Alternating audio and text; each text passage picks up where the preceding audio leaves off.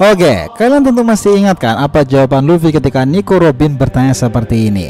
Apa kau menginginkannya, Luffy? Enggak mau. Sudah kukira jawabanmu seperti itu, tapi aku masih tak habis pikir kenapa Oden mau melepaskannya. Ya, Ancient Weapon Pluton.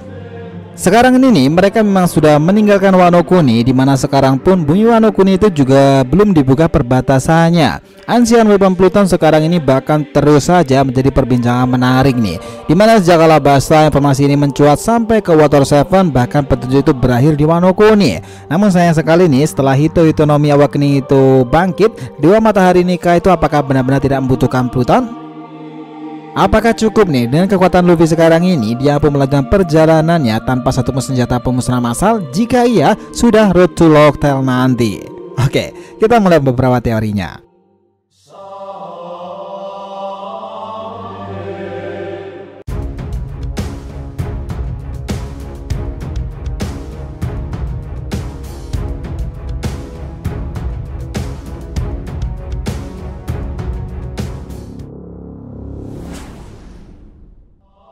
Hai guys, welcome back to the RTB channel. Nah, kali ini kita akan membahas nih informasi kenapa Luffy tidak menginginkan Pluton sekarang ini, dan apakah dia sangat percaya diri dengan kekuatan barunya itu. Oke, biar nggak salah persepsi silahkan simak sampai akhir ya. Jangan lupa klik lonceng subscribe-nya biar nggak ketinggalan informasi, dan follow Instagram official kita DRTV Mediatif yang berisikan konten pop culture dan juga merchandise-nya. Oke, kita lanjutkan perjalanan.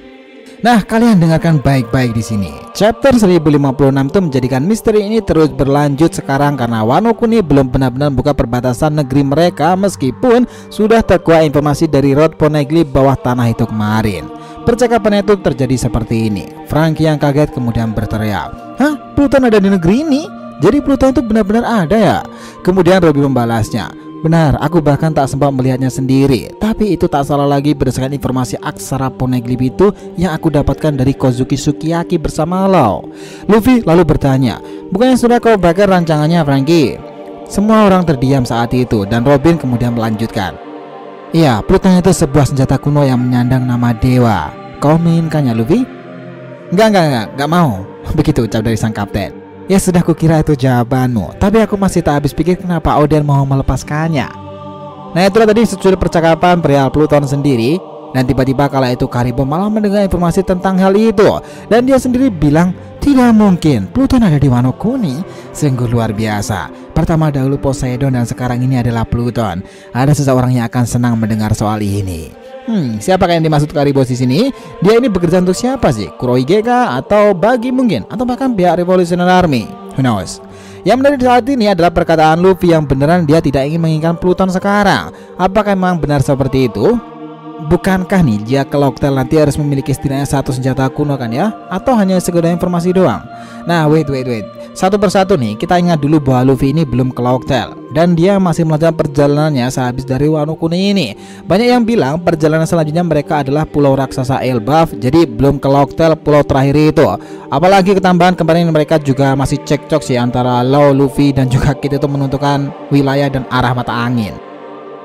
Sekarang nih, kalau ditarik beberapa waktu ke belakang, Luffy sendiri pun juga sebenarnya sudah mendapatkan informasi dan berteman dengan salah satu senjata pemusnah massal. Dia adalah Poseidon, si putri Shirahoshi. Dan itu pun Luffy juga tidak langsung memilikinya karena Poseidon sendiri seorang manusia ikan. Lalu Wano Kuni ini, Pluton sendiri itu malah juga bukan seorang manusia pula. Itu digambarkan bahwa ini adalah sebuah kapal purbakala raksasa yang kemungkinan berada di tanah bawah Wano Kuni itu, di bawah pintu masuk air terjun itu. Dimana ini ada kemungkinan berada di balik tembok pembatas Wano Kuni era lama. Dan tentu di mana Wano Kuni belum dijebol tembok pembatasnya, maka Luffy juga tidak akan bisa ngapa-ngapain dan menginginkan Pluton sekarang. Jadi jawaban tidak mau Luffy itu bukan benar-benar tidak mau, pasti sih. Untuk sementara ini pun Momonosuke juga belum ingin membuka perbatasan itu. Jadi kita malah berpikir mereka menunda dulu untuk Ancient Weapon Pluton. Nah, kemarin ada yang bertanya, apakah dengan kemampuan Luffy yang sekarang ini dia cukup dan tidak benar-benar membutuhkan Pluton? Oke, sekarang ini kita semua tahu seperti apa Luffy ini. Dia bukan hanya bisa membangkitkan Gear 4-nya, tapi dia juga sudah masuk ke tahap Gear 5, di mana di mode kelimanya ini adalah awakening dari Boy Blitz-nya sendiri, dan itu adalah Dewa Matahari Nika. Kita kembali lagi nih ke asal usul latar belakang Boy Blitz dan legenda Nika sendiri. Wano Kuni memang menjadi saksi di mana 25 tahun kita diprank oleh Oda Sensei jika Boy Blitz Luffy bukanlah Gomu Gomu melainkan Hito Hito no Mi. Dan ini adalah versi lebih langka daripada Logia, Mythical Zoan. Yang paling menarik dari semua itu terjadi sepertinya Sang memang bermain dari sini. Kita ingat bahwa pada akhirnya para guru ketar-ketir nih ketika tahu bahwa buah iblis itu telah terbangun kembali setelah ratusan tahun. Mereka menganggap itulah buah iblis monster yang lari dari pemerintahan dunia.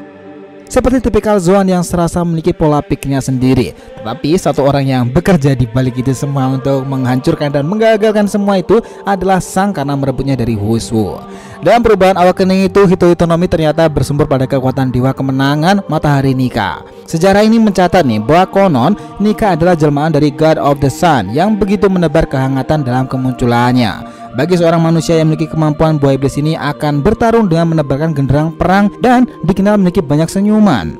Proses ini kita lihat kemarin itu pada Luffy yang melompat ke sana kemari dengan penuh senyuman itu dan tertawa seperti yang kita lihat kemarin. Namun jangan salah nih, dia bisa memanipulasi apapun seperti halnya Logia. Bahkan kita tahu sendiri nih, Kaido benar-benar tumbang dan dibuat tak berdaya karena kemampuan ini. Kita bahkan diperlihatkan dalam serangkaian serangan itu Nika mampu menangkap petir, mengendalikan area dan juga melakukan pukulan terakhirnya sampai membuat Kaido benar-benar kalah Bajrangan Hanuman. Perubahan yang paling kentara dalam diri Luffy kala itu adalah berubahnya warna rambut yang menjadi putih ketika dalam mode ini. Banyak yang bilang nih, Luffy ini mirip seperti perubahan Ultra Instinct Son Goku saat belajar dari Whis. Nah, kondisi inilah yang kala itu ramai dan viral lama nih. Jika Luffy sebenarnya belum benar-benar mengendalikan dan mengeksplor kemampuan lebih dari awakeningnya sendiri tadi.